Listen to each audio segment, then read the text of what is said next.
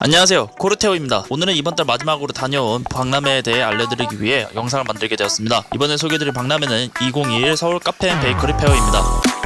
이번 연도 처음으로 열리는 식품 박람회입니다. 이름 그대로 카페 앤 베이커리 페어이기 때문에 제과 및 커피와 관련된 제품들을 만나보실 수 있습니다. 이번 카페 앤 베이커리 페어는 하교울역 세택에서 열렸습니다. 어제 첫날 오전 시간에 가서 놀란 게 정말 많은 분들이 평일 목요일임에도 불구하고 카페 앤 베이커리 페어를 보러 왔습니다. 카페 앤 베이커리 페어를 보기 위해서는 현장 등록과 사전 등록을 하셔야 되는데, 현장 등록은 등록제를 작성을 하시고 현장 구매까지 하셔야지 입장이 가능하시고, 사전 등록을 미리 하셨기 때문에 키오스크에서 받으시면 됩니다. 제가 이번 카페 앤 베이커리 페어에서 놀란 것은 세택 3개 전시관은 다 쓴 것이었습니다. 보통 세택 박람회들은 1, 2, 3관 중에 하나씩 쓰는 경우가 많은데, 이렇게 3개관을 다 사용하는 것을 보고 저번 연도를 제대로 못한 것을 배운 것 같습니다. 그렇다면 각 전시관의 특징들을 알아보겠습니다. 1 전시관은 커피 관련 제품들을 많이 볼 수 있었습니다. 카페 앤 베이커리 페어에서 카페를 운영하는데 가장 중요한 것이 바로 커피죠. 이 커피를 만들기 위해서 필요한 것이 원두, 커피 제작 기계, 포장지 등이 있습니다. 이런 커피 관련 제품들을 많이 보실 수 있었습니다. 이관은 제빵 및 제과 관련 제품들이 많았습니다. 카페 앤 베이커리 페어에서 베이커리와 관련된 제품들을 보실 수 있는데, 제빵 제작에 관련된 제품보다는 제빵 완성품, 즉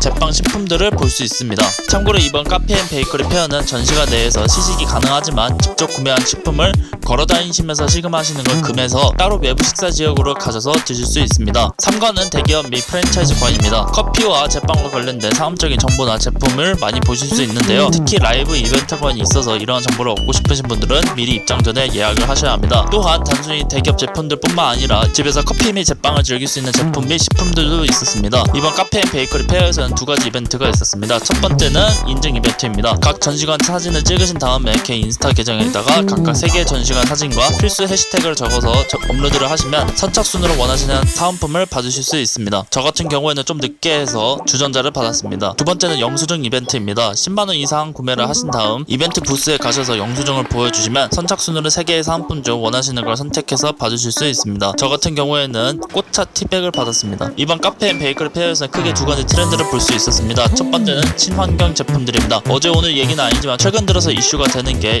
이제 카페에서 일회용 플라스틱 제품을 사용을 못하게 되었습니다. 이러한 이유로 많은 카페 점주들께서 고민이 많으신데, 이번 카페 앤 베이커리 페어에서는 그 고민을 해결할 제품들이 좀 있었습니다. 예를 들어 포장지의 경우에는 친환경 포장지 제품도 있었고, 빨대의 경우에는 100% 실리콘 빨대나 풀로 만든 빨대들도 있었습니다. 저 같은 경우에는 실리콘 빨대가 좋았던 게 오랫동안 쓸 수 있고 닦아서 쓸 수 있는 게 좋아서 구매를 하게 되었습니다. 단순히 이런 도구들 뿐만 아니라 커피나 우유, 그리고 제빵 식품들에 들어가는 재료들도 친환경 제품들이 있었습니다. 특히 이번 박람회에서 많은 관람객들이 줄을 선 오틀리가 대표적인데요.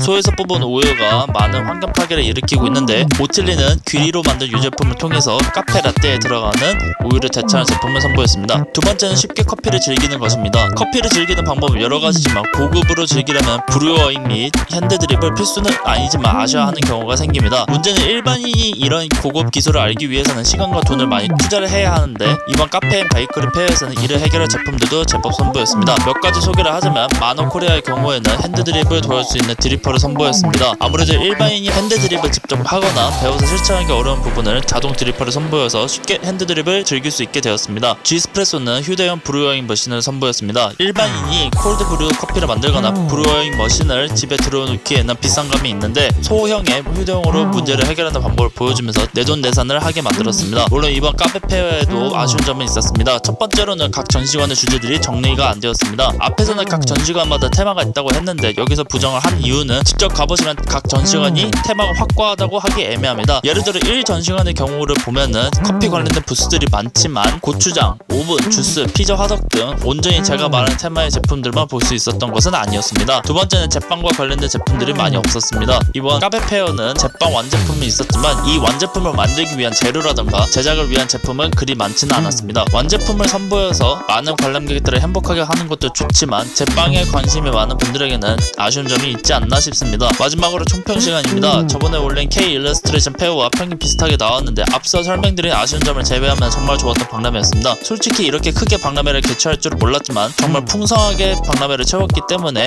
주말에 뭔가를 하기 주저를 하신 분들에게는 정말 감추드립니다. 오늘은 여기까지입니다. 4월에 정말 좋은 박람회들이 많아서 박람회 매니아로서 행복한 한 달이 되었네요. 다음 달 5월도 이런 좋은 박람회들이 있었으면 하는 바람입니다. 저는 그럼 다음 영상으로 찾아뵙겠습니다. 그럼 안녕하시기 바랍니다.